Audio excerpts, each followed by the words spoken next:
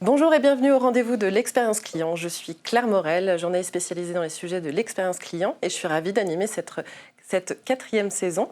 Alors sur ce plateau, nous allons parler RH, notamment recrutement et formation des collaborateurs vis-à-vis des enjeux en matière d'expérience client. Aujourd'hui, les assurés demandent à la fois de l'efficacité, de la rapidité, de la personnalisation, tout en attendant aussi une prise en charge humaine et empathique. Comment faire en sorte que les collaborateurs les accueillent et les accompagnent en ce sens? C'est ce que nous allons voir avec Jean-Baptiste Adamo, Associé Managing Director de TaylorMade Recrutement. Bonjour. Bonjour. Marc Oceda, responsable ressources humaines de Capca. Bonjour. Bonjour. Et Steven Zouari, directeur général de AF2A. Bonjour. Bonjour. Alors, nous allons faire un rapide tour de table pour que vous puissiez nous présenter vos entreprises respectives. On commence par vous, Marc. Pourquoi pas. Donc la CAMCA est une entité du groupe Crédit Agricole. C'est l'assureur de spécialité du groupe Crédit Agricole. Et donc nous sommes plutôt spécialisés dans les risques opérationnels, dans l'ingénierie assurance sur tout ce qui est moyen de paiement et dans la caution sur crédit immobilier. Parfait. Steven, Donc, AF2A. AF2A, on est un organisme de formation spécialisé dans les métiers de l'assurance, donc qui existons depuis plus de 20 ans maintenant, 23 ans exactement, une cinquantaine de collaborateurs, 500 formateurs présents dans toute la France et on accompagne l'ensemble des assureurs, des mutuelles, des agents généraux à travers l'ensemble de leurs dispositifs de formation présentiels, digitaux ou blended learning. Voilà. Et Jean-Baptiste, c'est à vous, TaylorMade Recrutement. Et donc TaylorMade Recrutement, cabinet de recrutement qui existe maintenant depuis une quinzaine d'années, qui a différentes activités, dont une forte qui est le secteur assurantiel, où nous accompagnons nos clients qui sont aussi des groupes d'assurance mutualistes, en l'occurrence, sur des sujets de recrutement et les enjeux de l'intégration de nouvelles compétences.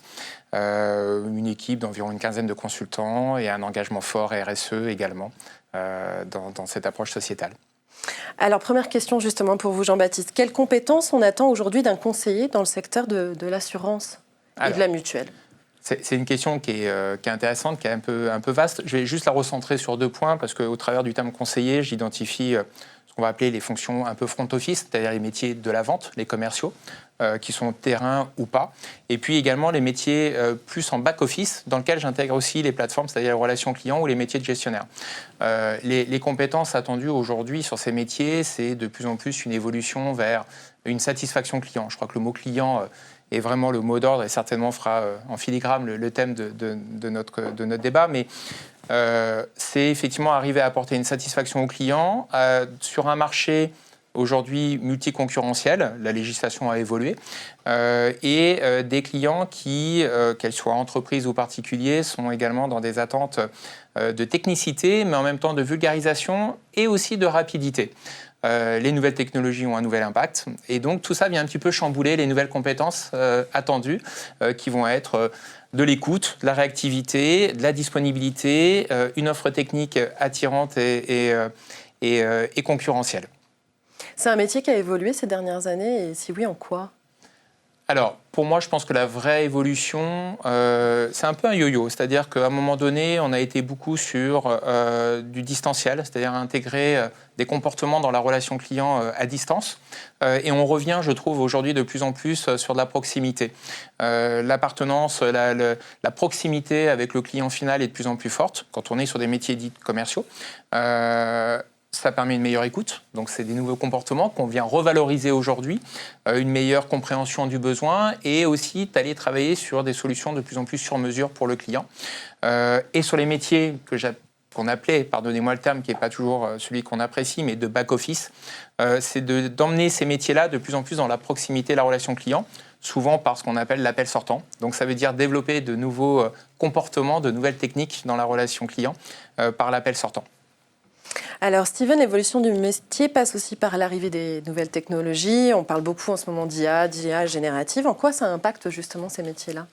C'est vrai que je pense que les métiers du conseiller dans l'assurance, mais comme tous les métiers, sont fortement impactés par la transformation et l'arrivée de nouvelles technologies. Je pense qu'à différents niveaux, je vois 3 niveaux déjà principalement, au niveau des interactions, au niveau de l'analyse des données et aussi au niveau des services qui sont fournis par le conseiller. Donc ça va vraiment toucher l'ensemble de la chaîne de valeur du conseiller. Je pense déjà, premièrement, c'est à l'automatisation des process. On voit qu'au fur et à mesure du temps, dans les entreprises, on est amené à automatiser de plus en plus les process, donc automatiquement à changer le comportement des différents conseillers dans une approche beaucoup plus orientée sur la valeur ajoutée, sur la manière d'apporter de la valeur au client, de le conseiller, de l'accompagner sur l'ensemble de ses besoins. On voit aussi l'arrivée, pour moi, des plateformes numériques en fait, qui sont de plus en plus présentes. On voit aujourd'hui que le client est capable d'avoir accès à l'ensemble de son périmètre ou de toutes ses assurances et l'ensemble de ses dossiers directement en ligne. Donc ça aussi, c'est une nouvelle. Pour moi, c'est vraiment quelque chose qui a changé si on peut dire, l'environnement du conseiller, qui doit aujourd'hui se mettre à jour de cette compétence, d'être capable de maîtriser l'outil, d'accompagner l'ensemble des collaborateurs et des clients sur cet outil. La communication omnicanale aussi, multicanale, parce qu'on voit qu'aujourd'hui, on en parlait un peu en avant, mais c'est l'idée aujourd'hui d'avoir des interactions à tous les niveaux. On voit bien avec les mails, le CRM, que ça soit avec les réseaux sociaux. Aujourd'hui, où on communique de plus en plus sur les réseaux sociaux. Dès qu'on a une insatisfaction, on n'hésite pas aussi à la mettre sur les différentes pages des assureurs. Donc là aussi, c'est un vrai changement qui s'est opéré ces dernières années. Donc il est important d'accompagner la montée en compétences des différents conseillers. On voit aussi dans la formation, nous en tant qu'organisme de formation, c'est vrai que dans la formation, on a aussi l'arrivée des nouvelles technologies qui ont changé la façon de voir les choses. On se retrouve beaucoup avec du e-learning que tout le monde connaît, mais on va plus loin. Maintenant, on va avec la réalité virtuelle, on va avec l'immersive learning. Enfin, on fait vraiment de la réelle mise en situation et tout ça se fait à travers du digital. Il y a un point important, vous en avez parlé tout à l'heure, Jean-Baptiste, c'est l'IA et la data. C'est comment ces deux grands phénomènes vont transformer et transforment déjà ce métier, parce qu'on ne peut même plus parler au passé, mais là, on est vraiment dedans. Donc on voit bien que déjà, avec l'analyse des données, ça nous permet d'avoir un accompagnement aux collaborateurs, aux clients beaucoup plus important. Mais aussi, on voit que ça permet de prédire les risques, ça commence aussi à la détection de fraude, ça améliore la souscription, l'accompagnement. Donc on retrouve aussi l'IA et la data à l'ensemble des niveaux. Tout à l'heure, on parlait d'interaction avec le client. Il y a aussi les chatbots qui ont été mis en place, donc orientés par l'IA. Là aussi, c'est une nouvelle manière d'accompagner les clients. Et moi, je le vois auprès d'AF2A, on a développé, suite à la demande de nos clients, une nouvelle offre tout récemment sur l'IA et la data que l'on a fait avec deux écoles prestigieuses, le Schema Business School et l'école des Mines Paris, sur un programme en data et en IA. Et on a rajouté en fait un applicatif métier dédié au secteur de l'assurance. Et sur cet applicatif métier, on a rajouté, avec l'IA générative, qui permet en fait vraiment de détecter le désengagement, le churn, le fait d'avoir envie de passer d'une assurance à une autre, et tout ça pour bien évidemment améliorer la performance, améliorer les résultats de l'entreprise. Donc on voit bien qu'aujourd'hui, c'est vraiment au cœur des préoccupations des conseillers. Alors Marc, chez Camca, en préparant ce plateau avec vous, vous m'avez dit que tous les collaborateurs, ils sont à peu près 200 si je ne dis pas de bêtises, ont tous une obligation envers les clients, et ce, quel que soit leur métier ou leur service. Pourquoi ? Pourquoi ? Je vais rebondir sur ce qui a été dit. On parlait de chaîne de valeur. La force d'une chaîne, c'est son maillon le plus faible. Si vous mettez votre maillon fort face au client, votre chaîne n'est pas plus forte pour ça. On a bien vu qu'aujourd'hui, on est dans un monde de plus en plus complexe. Dans les entreprises, c'est le cas. Tout le monde est acteur. Et donc, dans l'assurance, ce n'est pas seulement le souscripteur qui est important. Nous, on dit toujours qu'un client, ça se gagne et ça se perd et ça se gagne à travers l'indemnisation. Voilà. Donc, bien sûr, investir sur ces tâches qui ne sont pas forcément parfois les plus nobles, l'indemnisation. Mais ça va être aussi les comptables, ça va être les informaticiens, parce que si votre système d'information ne marche pas, vous pouvez avoir le meilleur souscripteur, le meilleur indemnisateur, le client va être face à un grand vide. Et bien sûr, même aussi la RH. Alors, est-ce que ça se sent dans vos critères de recrutement aujourd'hui ? Est-ce que vous avez des critères justement pour avoir des gens finalement qui sont orientés clients, comme on dit souvent ? Oui. On avait dit votre regard m'intéresse, mais moi je suis dans une maison d'expertise. J'ai toujours en plaisantant une maison de haute assurance au regard de la banque d'affaires. Donc j'ai des experts. Voilà. La problématique de l'expert, c'est qu'il ne s'intéresse pas forcément à l'autre, il va s'intéresser à son expertise. Et au fur et à mesure, on a fait évoluer nos recrutements. Avec un critère un peu simpliste, c'est est-ce que je m'intéresse à l'autre? Est-ce que le collaborateur... Alors, pour moi, il y a 3 critères qui sont importants. C'est l'intérêt à l'autre, voilà, l'écoute, et bien sûr la rigueur. C'est est-ce que je fais ce que j'ai dit que je vais faire. Une réaction justement, Jean-Baptiste, par rapport à ces critères? Je partage complètement. C'est vrai qu'aujourd'hui, alors au-delà de ces éléments qui ont été évoqués, nous, en tant que recruteurs, une des demandes aussi les plus fortes dans la sélection des profils, c'est oui, une orientation client. Et client, pas forcément dans une dynamique commerciale, de vente, mais de compréhension, d'écoute, de diagnostic, mais aussi des critères de compétences, par exemple la manipulation d'outils informatiques. Avant, un chargé de clientèle, alors pour vous donner un chiffre, en moyenne, on recrute entre 200 et 300 chargés de clientèle ou gestionnaires back-office, donc gestion de sinistres, etc., pour nos clients assurantiels. Et depuis 10 ans, on a vu vraiment une évolution qui est de plus en plus forte aujourd'hui, avec déjà capacité à travailler sur multi-outils informatiques, multi-logiciels. On l'a évoqué, l'intelligence artificielle qui va venir presque en direct donner des informations sur la relation client qu'on doit savoir gérer, qu'on doit savoir piloter. Multi-information avec la digitalisation de toutes les données du client. Et en même temps, il faut avoir à l'esprit que cette personne doit avoir cette vivacité de toujours garder des fondamentaux qu'on a tous connus il y a 15 ans ou 20 ans, quand on faisait ce métier de la relation client, qui est de rester à l'écoute du client et de savoir détecter les signaux forts qui permettent effectivement d'apporter la satisfaction. Donc ça vient complexifier aussi le profil dans le recrutement, qui doit avoir un peu ce retour en arrière de la relation client, et en même temps des nouvelles aptitudes sur des nouvelles technologies qui viennent agrémenter son quotidien. Voilà. Et ça vient apporter une complexité parce que en fonction des secteurs, le profil type a été pendant très longtemps un profil bac. Aujourd'hui, on est de plus en plus orienté sur un profil bac plus 2. Je parle de back-office gestion niveau 1, niveau 2, ou de la relation client. Et on s'aperçoit que même sur un niveau bac plus 2, on commence à avoir encore des freins. Là où se pose une vraie interrogation, c'est que ça reste des métiers difficiles. Il y a de la volumétrie, il y a du flux qu'il faut absorber. Et au travers de cette volumétrie et de ce flux, il faut arriver à maintenir un niveau d'adhésion des collaborateurs pour éviter aussi un turnover. Parce que la formation est un engagement fort, la fidélisation du collaborateur est un engagement fort. Donc il faut recruter, aller chercher des nouvelles compétences et en même temps accepter une forme par la résilience que le collaborateur va avoir quand même des enchaînements de flux, de volume, des indicateurs avec des KPIs, temps d'écoute, délai de réponse, taux de satisfaction. Et effectivement, comme l'évoquait Marc, avec des outils digitaux aujourd'hui qui permettent d'avoir un feedback quasiment instantané, des réseaux sociaux ou autres. Donc ça vient encore complexifier, je trouve, pour nous recruteurs, mais sûrement aussi pour un manager comme l'entreprise et pour un formateur, des enjeux de compétences multi-compétences. Voilà. Alors Steven, cette évolution des métiers, elle implique aussi de la formation. Quelles sont les tendances et les besoins par rapport à ces métiers qui évoluent? Vous en parliez déjà un petit peu tout à l'heure, justement. Oui, bien évidemment, tout est lié en fait. Aujourd'hui, quand on voit un monde qui change, la formation, elle est censée accompagner ce changement et ces évolutions.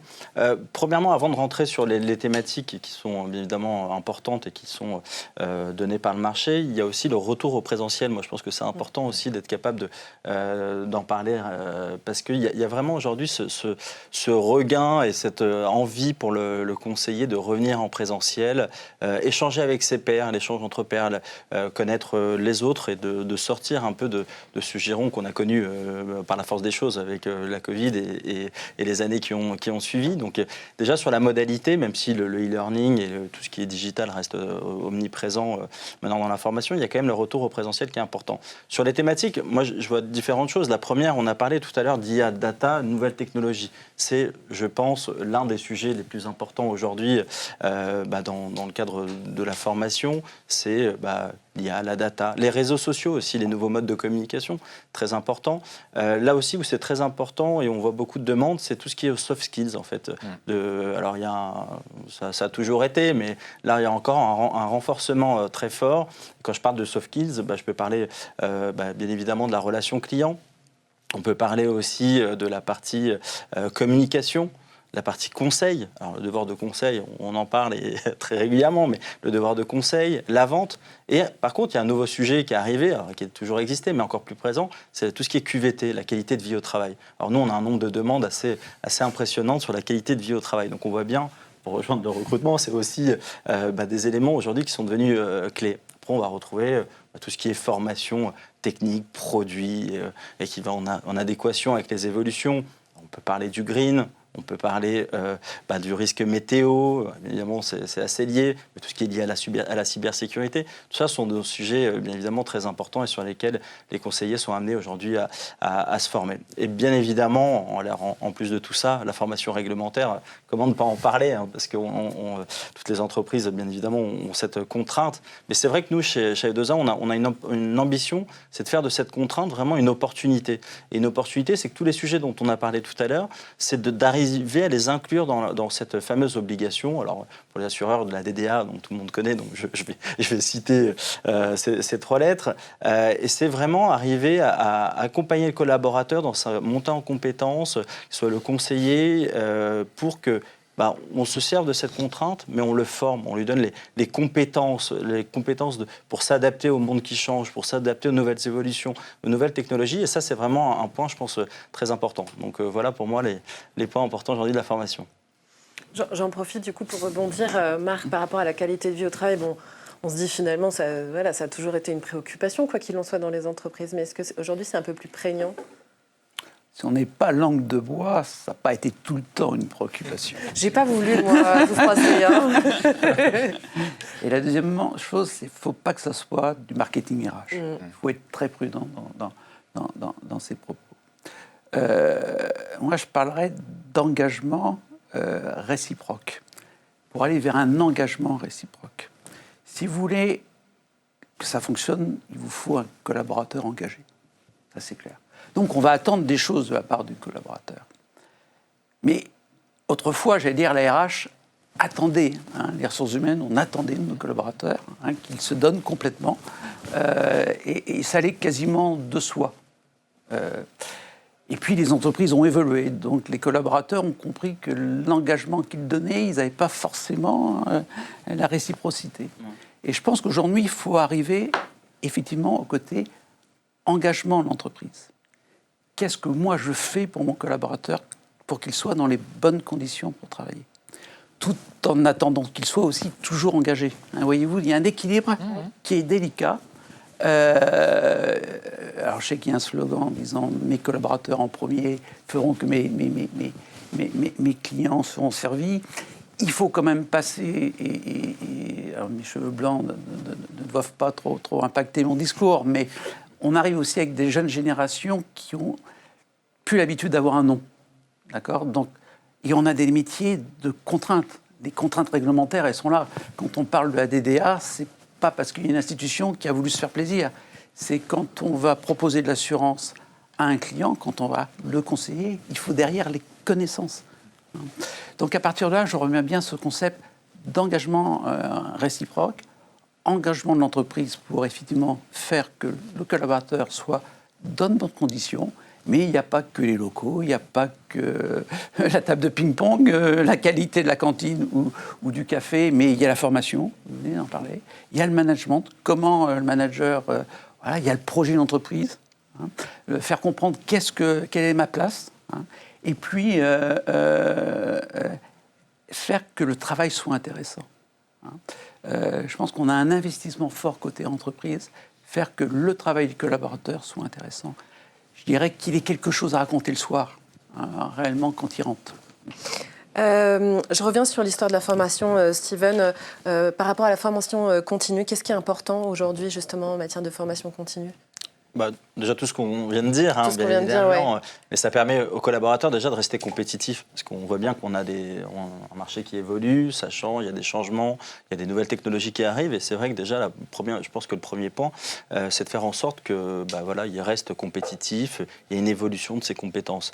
La formation continue, c'est un peu plus que ça aussi, c'est être capable de donner des nouvelles compétences. Donc, d'aller sur des nouveaux marchés, d'aller développer son employabilité, acquérir de nouvelles compétences. Et ça peut passer par les certifications, ça peut passer par la formation, donc il y a pas mal de choses. Mais on parlait de qualité de vie au travail. Enfin, je pense que l'un des éléments clés aussi de la formation continue, c'est donner de la qualité aux collaborateurs, la qualité de vie professionnelle, et être capable justement de l'accompagner dans son parcours au sein d'une entreprise. Donc on voit bien que de toute façon, la formation, on le sait, c'est un investissement, que ce soit pour l'entreprise, pour le collaborateur ou le conseiller en l'occurrence, c'est un investissement de temps, d'énergie, d'argent pour l'entreprise ou pour lui-même. Mais il y a vraiment, c'est primordial aujourd'hui, on ne peut pas s'en passer, on ne peut pas laisser le monde avancer et ne pas former nos collaborateurs parce que après on va avoir des problématiques de performance, de productivité, d'être au niveau par rapport aux autres. Donc c'est vraiment, je pense, il faut vraiment le voir comme une opportunité. Et c'est vrai qu'en France, on est pas mal accompagné dans la formation, mais là encore, je pense qu'il faut toujours boire le verre à moitié plein plutôt qu'à moitié vide et de se dire comment on fait en sorte de prendre cette contrainte qui est pour certaines entreprises reste et restera une contrainte, et surtout pour les petites entreprises. Je pense aux agents généraux ou aux courtiers qui sont peu, et ils se disent tiens, on va se retrouver encore avec de la formation. Mais non, mais prenez le temps. La contrainte de la DDA, on a parlé de ces 15 heures. Moi, quand j'entends des fois des courtiers ou des agents généraux me dire que oui, moi, 15 heures, c'est long, je prends toutes les formations qui sont gratuites parce que je n'ai pas envie de la financer. En fait, ils perdent le temps de ces 15 heures au lieu de se dire je vais prendre mes 15 heures pour monter en compétences, pour aller vers, je sais pas, de l'IA, de la data, du Excel, tout un tas de sujets qui vont lui permettre demain d'être plus performant. Et on se rappelle, l'objectif, c'est la performance, la satisfaction client et bien évidemment que chacun ait une qualité de vie au travail la plus bénéfique possible. En termes de qualité de vie, justement, est-ce que vous observez des entreprises qui mettent en place des enquêtes de satisfaction collaborateurs, des indicateurs particuliers, etc. Est-ce que c'est quelque chose qui se fait davantage aujourd'hui? Est-ce qu'on est plus soucieux de ça ou pas?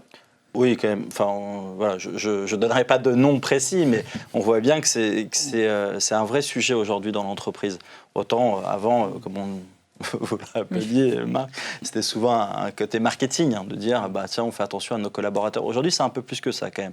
On voit bien qu'il y a cet intérêt, cette ambition pour l'entreprise d'apporter un plus aux collaborateurs, que ce soit avec de la mise en place du télétravail, que ce soit avec le fait d'accepter pour ses collaborateurs qu'ils aillent travailler depuis n'importe où. Ça existe. Moi, même dans la petite structure qui est la nôtre, on a quelques collaborateurs qui sont complètement déportés, qui travaillent en région, au soleil, qui ont cette chance, à la différence de nous, et avec en plus une météo un peu plus agréable.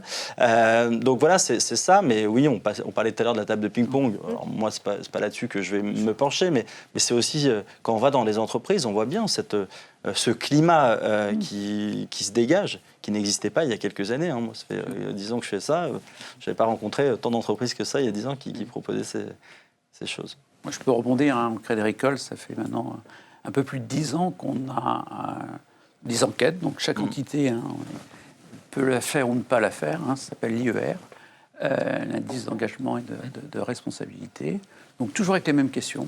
Alors, de temps en temps, il y en a une ou deux en plus, mais voilà. Et ça nous permet aussi de regarder par rapport aux autres entités du groupe où on se situe, par rapport aussi parfois au marché. Et puis nous, ça nous permet vraiment de travailler. On s'est aperçu par exemple que comme on est assureur spécialisé dans un groupe bancaire, nos collaborateurs ne connaissaient pas bien le Crédit Agricole. Donc on a investi massivement et régulièrement alors que pour nous c'était évident, les anciens du Crédit Agricole qui travaillaient à la CAMCA, c'était naturel. Et non, il a fallu faire, mais c'est grâce à ça. Et depuis, le sentiment d'appartenance, il a évolué. Et si on n'avait pas eu cette enquête et cette alarme, nous ne l'aurions pas diagnostiqué. Très bien. Jean-Baptiste, j'en viens au métier de conseiller. Conseiller de clientèle qui... alors là, pour le coup, je parle de tous les secteurs parce que souvent, c'est quelque chose que j'ai observé vu que je travaille sur les sujets de l'expérience client. C'est un métier parfois qui manque de reconnaissance, que ce soit en interne ou en externe. Comment on fait pour attirer vers ces métiers? Est-ce que vous avez des difficultés justement pour recruter et attirer vers ces métiers-là? Alors oui, on a du mal à recruter sur ces métiers. C'est des métiers qui souffrent d'une image qui n'est pas très positive, avec tout ce qu'on s'est dit en termes de donner du sens, de la valorisation. Il ne faut pas oublier que c'est des métiers qui ont une certaine pression, qu'elle soit sur de l'objectif commercial de vente, qu'elle soit sur le taux de satisfaction du client, que les indicateurs sont affichés sur l'écran du collaborateur, peuvent être affichés dans des CSP ou dans des salles open space avec des tableaux qui, au quotidien, vous donnent cette information du nombre d'appels en attente, du délai moyen d'attente, du nombre de ventes réalisées ou pas. Donc, c'est des métiers qui sont quand même prenants et souvent, ce sont des personnes qui sont un peu mis, on parlait de chaîne de valeur, font partie de ces gens qui sont au bout de la chaîne de valeur. Alors qu'en réalité, ce sont les premiers acteurs dans la communication avec le client, que ce soit dans un acte de vente ou que ce soit dans un acte de service par rapport à un client. Donc ça, c'est un des éléments qui aujourd'hui, évidemment, est un frein majeur parce qu'il y a ce manque de reconnaissance. Le deuxième élément, c'est qu'on va aller chercher de la compétence de plus en plus pointue avec l'arrivée des nouvelles technologies, avec les nouveaux process. Donc ça veut dire des gens qui doivent avoir une formation complémentaire, qui est soit menée en interne, soit qu'on va chercher en externe, et se pose l'équation après de la rémunération, qui est un deuxième élément qui reste, et on ne l'a pas évoqué, mais principalement sur ces métiers de la relation client, le premier critère qui est est-ce que la rémunération est attractive et auquel cas, quels sont les avantages que mon entreprise peut m'offrir. L'avantage du secteur assurantiel, c'est qu'ils ont des conventions collectives, ils ont des accords qui permettent quand même de valoriser le collaborateur au-delà du salaire fixe. Le point qui est important, je crois, par rapport à ça, c'est, en tout cas pour nous recruteurs, la difficulté, c'est sourcer, mais c'est aussi de donner envie et de s'assurer que la personne reste après sur son emploi. On est dans un contexte où aujourd'hui, le marché de l'emploi, il est plutôt favorable. Un collaborateur qui rentre aujourd'hui dans une compagnie d'assurance, qui était un peu le Graal à une époque, je rentre dans un groupe de protection sociale, je ne cite pas, j'y fais ma carrière. Je ne bougerai pour rien au monde de cette entreprise. Aujourd'hui, on a de la démission. Donc, il y a un changement aussi de culture et de valeur par rapport à ça. Et l'enjeu, il se pose aussi au niveau des directions des ressources humaines. C'est-à-dire qu'on est dans des métiers en transformation, on est dans une société en transformation, il y a de la vraie conduite du changement. C'est pas pour rien d'ailleurs qu'on retrouve de plus en plus les fonctions RH dans les comités de direction, parce qu'ils sont acteurs de ces transformations-là, et accompagnent aussi les directions générales dans donner du sens à ces métiers, en resituant, et c'est pour certains de mes clients le fil rouge, le client, qui est vraiment la thématique dans le secteur assurantiel, tout au long de cette chaîne de valeur. L'exemple que j'ai, je ne citerai pas l'entreprise, c'est un directeur général qui a été, lors de sa nomination, voir tous les centres de relations clients au national, tous les centres de gestion au national, a été les rencontrer, parler, leur expliquer que c'était grâce à eux que les clients étaient fidèles, qu'il y avait un niveau de satisfaction et que du coup l'équipe commerciale pouvait continuer à vendre.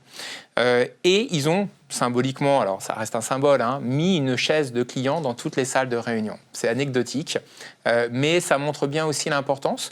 Et ce message qui est descendu d'une direction générale auprès de ces services de back-office ou équipe commerciale, c'est de leur rappeler qu'ils sont le maillon essentiel avant tout parce que c'est eux qui font vivre le client. Et quand on commence à avoir ces arguments pour en parler avec des candidats, on commence effectivement à éveiller un petit peu plus de reconnaissance, donner un petit peu plus de sens et valoriser aussi leur métier. Charge à l'entreprise d'accompagner en interne avec la formation les nouveaux collaborateurs, mais, point important, aussi les anciens collaborateurs de l'entreprise. La fidélisation, c'est les nouveaux, mais c'est aussi les anciens, sur des métiers qui sont quand même en train d'évoluer très très fortement, et je crois que l'IA a une courbe d'accélération qui n'est pas à 10 ans, mais à 2 ou 3 ans, versus la révolution de l'informatique. Et que ce que je vais faire aujourd'hui de mes 200, 300, 400 collaborateurs aujourd'hui qui sont là depuis 15 ans, 20 ans, avec un modèle, avec des valeurs qu'on m'a transmises et qui doivent se révolutionner aussi. Donc c'est, je crois, il y a des enjeux de transfo, il y a des enjeux d'accompagnement, il y a de redonner du sens, il y a accompagner sur le terrain par la formation, par la valorisation aussi les équipes. Alors justement, Jean-Baptiste parlait de transformation. En matière de management, j'ai l'impression quand même que ça bouge aussi pas mal, ça évolue. Quelle est votre perception, justement, vous, Marc ? Bien sûr que ça évolue. Nous sommes dans des entreprises de technicité. Et souvent, les managers, c'était l'expert, le meilleur expert. Et comme me disait un de mes managers, qui est un expert exceptionnel, il disait que ce serait bien le management s'il n'y avait pas d'équipe. Et je taquais en disant, avec des robots, tu crois que ça va être beaucoup mieux, surtout si on leur donne des sentiments. Voilà. Donc bien sûr, pour le manager, il faut s'intéresser aux facteurs humains. Voilà. Mais il n'y a pas que ça, c'est comment je partage mon expertise. Parce que là aussi, on revient à notre chaîne. Si je suis meilleur expert, mais mes collaborateurs n'ont pas une montée en compétences, ça ne va pas le faire. si je ne fais pas partager la compréhension, hein, on prend aussi cet exemple de la construction de la cathédrale, si je suis un tailleur de pierre qui fait une pierre sans intérêt, alors que si j'explique que ça va contribuer à l'édifice, que ça va être la clé de voûte qui va porter... et l'expert, naturellement, il l'a en lui, mais il ne va pas forcément le partager. Et puis le télétravail et peut-être les nouvelles générations ont apporté un autre facteur, c'est l'individualisme. Et l'individualisme, ça ne fait pas le collectif.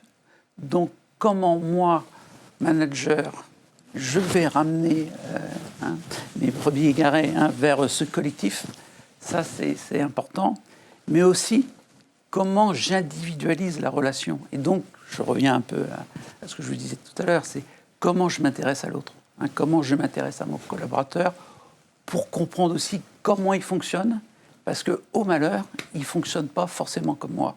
Et ça, c'est compliqué d'avoir des gens qui ne fonctionnent pas comme moi. Voilà. Je rejoins complètement, pardon, je fais une aparté, mais je rejoins complètement Simone. On le voit, nous, aujourd'hui, dans les missions de management qu'on a, et je vais rester sur ces métiers, mais ça peut être ouvert d'ailleurs à plein d'autres domaines, où de plus en plus, on ne recherche pas la technicité chez le manager, c'est-à-dire l'expertise du produit ou du métier, mais quelqu'un qui en a quand même une connaissance, évidemment, mais surtout quelqu'un qui sait manager. Voilà. Et le management, ce n'est pas quelque chose qui s'improvise.